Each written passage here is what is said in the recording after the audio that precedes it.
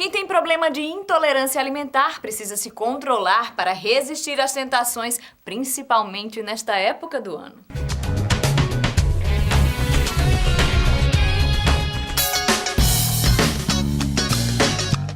Para algumas pessoas, os chocolates, pães e biscoitos consumidos na Páscoa podem trazer prejuízos maiores do que apenas alguns quilinhos a mais.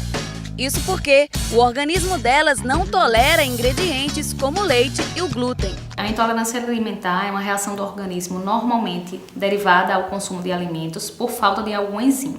Então, por exemplo, a intolerância à lactose é a falta da enzima lactase que não vai digerir essa substância.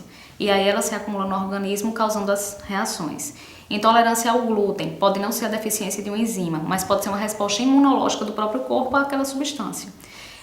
E os principais sintomas observados são diarreia, distensão abdominal, muita fermentação com produção de gases, cólicas abdominais, vômito.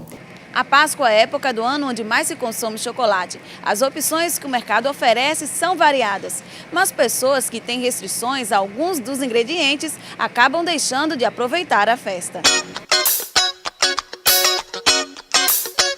Quem tem intolerância à lactose deve observar sempre o rótulo para avaliar a presença de lactose, dessa substância, né? Que vai ser derivada do leite. Então, o chocolate ao leite sempre tem lactose, os pães e os biscoitos levam normalmente leite na sua composição, então deve ser observado. Nesse caso, o alimento, essa substância, o leite, deve ser substituído pelo leite de soja, o leite de vaca pelo leite de soja.